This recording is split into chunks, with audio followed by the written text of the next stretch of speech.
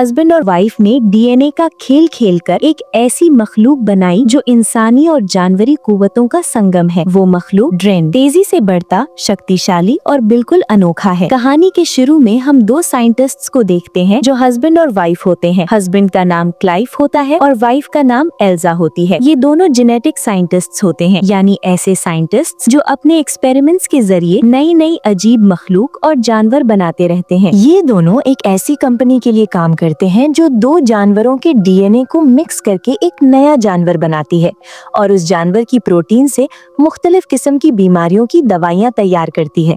इस कंपनी का नाम नर्ड होता है। इन दोनों ने मिलकर दो जानवर बनाए होते हैं, एक मेल और एक फीमेल, जो देखने में बिल्कुल मुख्तलिफ होते हैं। वो दोनों जानवरों को एक साथ छोड़ देते हैं। वो जानवर एक दूसरे से बहुत प्यार करते हैं क्योंकि एक मेल और एक फीमेल होती है। ये सब देखकर क्लाइव और एल्जा अपने बॉस के पास जाकर कहते हैं कि हमने बहुत सारी जानवरों का डीएनए मिक्स करके दो नए जानवर बनाए हैं जिनकी प्रोटीन से हम मुख्तलिफ किस्म की बीमारियों की दवाइयां बना सकते हैं। साथ ही वो ये भी कहते हैं कि हम एक और एक्सपेरिमेंट करना चाहते हैं, इंसान और जानवर के डीएनए को मिक्स करके एक अजीब मखलूक बनाना जिससे हमें बहुत फायदा हो सकता है। बॉस कहती है कि अभी कंपनी इस पहले एक्सपेरिमेंट से ही बहुत खुश है और कंपनी इस दूसरे एक्सपेरिमेंट की इजाजत नहीं देगी। अभी सिर्फ मेडिसिन पर काम शुरू करो। इसके बाद क्लाइव और एल्जा डिसाइड करते हैं कि वो सबसे छुप कर ये एक्सपेरिमेंट करेंगे। ये दोनों अपना काम स्टार्ट कर देते हैं। एल्जा अपना डीएनए इस एक्सपेरिमेंट में इस्तेमाल करती है, लेकिन क्लाइव को इस बात का पता नहीं होता। दोनों बहुत मेहनत करते हैं। उधर दूसरी तरफ वो दो जानवर जो इन्होंने बनाए होते हैं, उनमें एक ऐसे जानवर का डीएनए होता है जो फीमेल मेल से मिलने के बाद खुद मेल बन जाता है। जब वो जानवर आपस में मिलते हैं तो फीमेल मेल में बदल जाती है। इधर क्लाइव और एल्जा अपने एक्सपेरिमेंट में इतने मसरूफ होते हैं कि उन्हें इस सब का पता ही नहीं होता। आखिरकार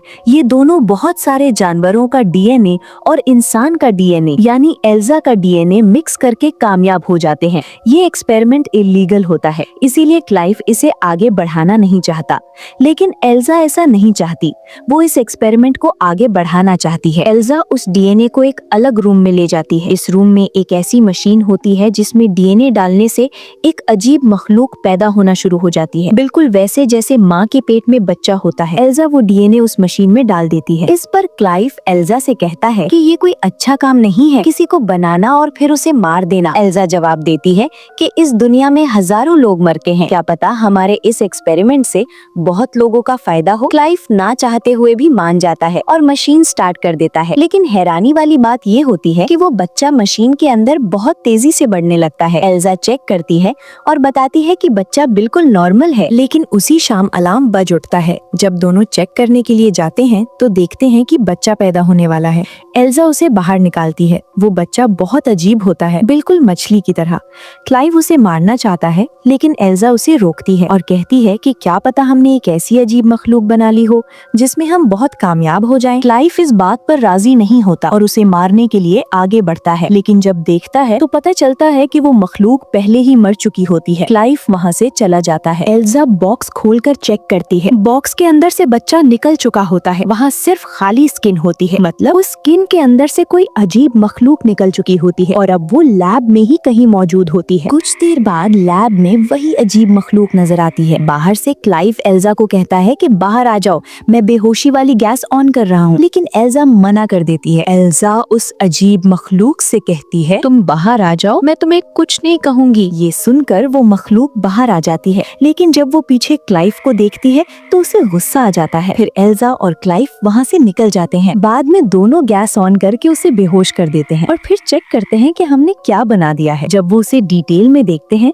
तो पता चलता है कि वो भी एक फीमेल मखलूक है जो बहुत तेजी से बढ़ेगी और बहुत जल्दी बड़ी होकर मर जाएगी, यानी उसकी उम्र बहुत कम है। एल्सा क्लाइव से कहती है कि इससे हम बहुत कुछ सीख सकते हैं। वो मखलूक वाकई बहुत तेजी से बढ़ रही होती है, उसके हाथ निकलने लगते हैं। एल्सा उसे खाना खिलाती है और वो और भी तेज बढ़ने लगती है। वो मखलूक लिख भी सकती है। एल्सा कहती है, आप मेरा नाम लिखो, लेकिन वो उस कंपनी का नाम लिख देती है क्योंकि एल्सा के शर्ट पर कंपनी का नाम लिखा होता है। ये देखकर एल्सा बहुत खुश होती है। एल्सा धीरे धीरे उससे प्यार करने लगती है क्योंकि उसमें एल्सा का डीएनए होता है। इसी दौरान क्लाइव आता है और कहता है, इस जानवर को बाहर क्यों निकाला, इसे लैब में रखो, ये सिर्फ एक एक्सपेरिमेंट की चीज है। एल्सा जवाब देती है, इसे जानवर मत कहो, इसका नाम ड्रेन है, इसे ड्रेन कहो। फिर क्लाइव का भाई भी ड्रेन को देख लेता है। इसके बाद वो दोनों ड्रेन को नीचे गोदाम में छुपा देते हैं। एक दिन ड्रेन को बहुत तेज बुखार हो जाता है। एल्जा घबरा कर कहती है कि ये मरने वाली है, हम क्या करें। इतने में क्लाइव ड्रेन को पानी में डुबा देता है। एल्जा चीख कर कहती है कि ये मर जाएगी, लेकिन हैरानी की बात ये होती है कि ड्रेन पानी के अंदर भी सांस ले रही होती है। एल्जा क्लाइव से पूछती है, आपको कैसे पता था कि ये पानी में भी सांस ले सकती है? क्लाइव जवाब देता है, इसमें मछली का डीएनए भी शामिल है। फिर वो वक्त आ जाता है जब क्लाइव और एल्जा कंपनी को वो दो जानवर दिखाते हैं जो उन्होंने पहले बनाए थे। अब वो फीमेल जानवर मेल बन चुकी होती है। जब दोनों जानवरों को छोड़ देते हैं तो दोनों मेल होते हैं और फिर वो एक दूसरे को बुरी तरह मार देते हैं। इन दोनों को बहुत अफसोस होता है। ड्रेन अब बहुत बड़ी हो चुकी होती है। क्लाइव कहता है कि इस बिल्डिंग की मुरम्मत होने वाली है, इसलिए हमें ड्रेन को यहाँ से ले जाना होगा। वो दोनों ड्रेन को एक फार्म हाउस ले जा रहे होते हैं। रास्ते में ड्रेन एक जंगल में भागकर एक रैबिट पकड़कर खा लेती है। वो उसे घर ले आते हैं। एल्जा उसे कहती है नहा लो और समझाती है कि दोबारा ऐसा नहीं करना। ड्रेन लिखने की मदद से कहती है, मैं बोर हो गई हूँ, मुझे कहीं जाना है। फिर ड्रेन एक बिल्ली पकड़ लेती है। एल्जा उस बिल्ली को ड्रेन से ले लेती है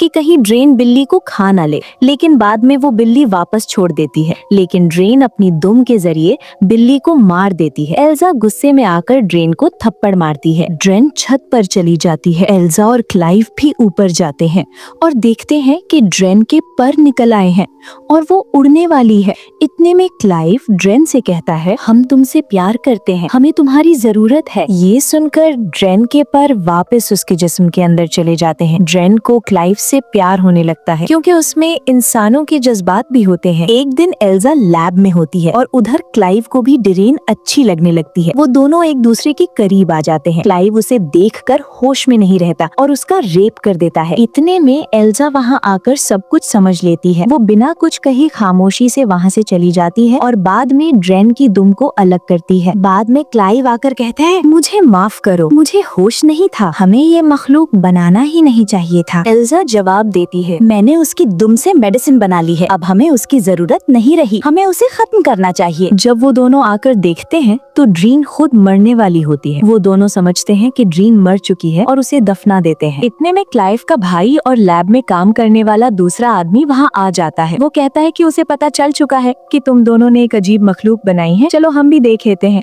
क्लाइव और एल्जा कहते हैं कि वो तो मर चुकी है। अचानक उस जगह से चीखने की आवाज आती है जहाँ ड्रेन को दफनाया गया होता है। ड्रेन असल में मरी नहीं होती। जब क्लाइव ने उसका रेप किया था उसके बाद वो मेल में कन्वर्ट हो चुकी होती है, क्योंकि उसमें भी उस जानवर का डीएनए था जो फीमेल एक बार मेल के साथ मिलने के बाद मेल बन जाता है। इस बार ड्रेन बहुत ताकतवर होता है। वो क्लाइव के भाई और दूसरे आदमी दोनों को मार देती है। ये सब देखकर क्लाइव बेहोश हो जाता है। फिर ड्रेन एल्जा पर हमला करता है क्योंकि वो अपना जेंडर चेंज कर चुका होता है और उसके साथ गलत काम कर लेता है। इतने में क्लाइव होश में आ जाता है और लकड़ी से ड्रेन पर वार करता है। ड्रेन एल्जा को छोड़ देता है और क्लाइव पर अटैक कर देता है। पीछे से एल्जा पत्थर उठाकर ड्रेन के सर पर जोर से मार देती है। अब एक तरफ ड्रेन क्लाइव को मारता है और दूसरी तरफ एल्जा ड्रेन को मारती है। 5 महीने बाद एल्जा की बॉस एल्जा से मिलती है। एल्जा प्रेग्नेंट होती है। वो बच्चा ड्रेन का होता है क्योंकि ड्रेन ने अपना जेंडर चेंज किया था। बॉस कहती है कि जिस दुम से तुमने मेडिसिन बनाई थी उससे कई मुख्तलिफ किस्म की बीमारियों की दवाइयाँ बन चुकी हैं। तुम्हारी ड्रेन बहुत ताकतवर थी और कंपनी इस प्रोजेक्ट को आगे ले जाना चाहती है। अब जब एल्जा का बेबी पैदा होगा वो भी ड्रेन की तरह ताकतवर होगा और कंपनी उस पर भी एक्सपेरिमेंट्स करेगी। बॉस कहती है, अगर तुम चाहो तो यहीं पर ये सब खत्म कर सकती हो। एल्जा जवाब देती है, अब रोकने को मेरे पास क्या बाकी रहा है, कम से कम लोगों के लिए कुछ तो कर सकूं। यहीं पर मूवी खत्म होती है। ये मूवी हमें ये मैसेज देती है कि जब इंसान साइंस और कुदरत की हदों को पार करता है तो उसे अपने अमल की सजा भी मिलती है।